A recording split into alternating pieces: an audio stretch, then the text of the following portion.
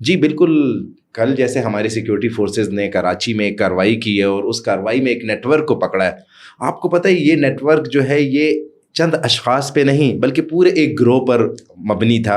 انہوں نے پوری پلاننگ کی ہوئی تھی۔ وہاں سے جو ڈیوائسز ملی ہیں اسرائیلی میڈ ڈیوائسز ملی ہیں، وہاں سے جو لیپ ٹاپس ملے ہیں اس میں ایسا ڈیٹا ہے، ہم نے ان ڈیٹے کو جو ہے نا ہماری سیکیورٹی ایجنسیز جو ہیں وہ ڈیکوڈ کرنے کی کوشش کر رہی ہیں۔ وہ ڈیٹا ہے جو پاکستان میں نفرت پھیلانا چاہتا تھا، وہ ڈیٹا ہے جو پاکستان میں حالات کو خراب کرنا چاہتا تھا۔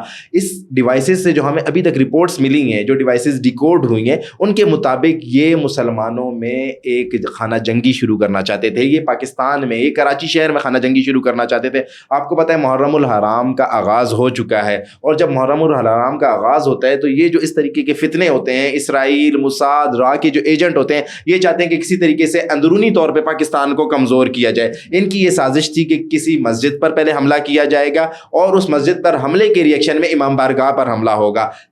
سنی اور شیعہ جو دو فرقے ہیں، ہم ان فرقوں کی احترام کرتے ہیں، دونوں ہم ہیں، ہم ہی ہیں، پاکستانی ہی ہیں۔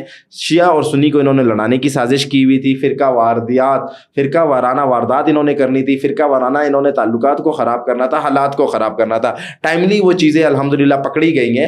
وہ جو وہاں سے ڈیوائسز ملی ہیں، آپ یقین کریں گے کہ ان ڈیوائسز میں ان کو وہاں سے انسٹرکشنز ملتی تھیں، وہاں سے اسرائیل سے اور بھارت سے انہیں سارا بتایا جاتا تھا کہ آپ نے کس طریقے سے پاکستان میں حالات کو خراب کرنا ہے۔ یہ ایک بہت منظم گروہ تھا، بہت بڑا گروہ تھا۔ ہماری سیکیورٹی فورسز کو پورا کریڈٹ جاتا ہے کہ انہوں نے اس گروہ کو پکڑا، اس گروہ کی سازشوں کو ناکام بنایا۔ ابھی تک وہ جو ڈیوائسز تھیں وہ ڈیکوڈ ہو رہی ہیں، لیکن یہ کنفرم ہوا ہے یہ ایک موساد کا نیٹ ورک تھا، یہ را کا نیٹ ورک تھا۔ موساد اور را جو ہے اب مل کر کام کر رہے ہیں، ان کی پوری کوشش ہے کہ حالات کو خراب کیا جائے۔ موساد اور را اس وقت بلوچستان کے یا پاکستان کے حالات خراب کرنے میں پوری طرح سے ملوث ہیں۔ اس نیٹ ورک سے جو ڈیوائسز ملی ہیں ان کے اندر بہت اہم ڈیٹا ہے، وہ ڈیوائسز ڈیکوڈ ہو رہی ہیں۔ وقت آنے پر ثابت ہوگا کہ کس طریقے سے موساد پاکستان میں لوگوں کو ہائر کر کے، پاکستان میں لوگوں کو پیسوں پر خرید کر پاکستان کے حالات خراب کرتا ہے۔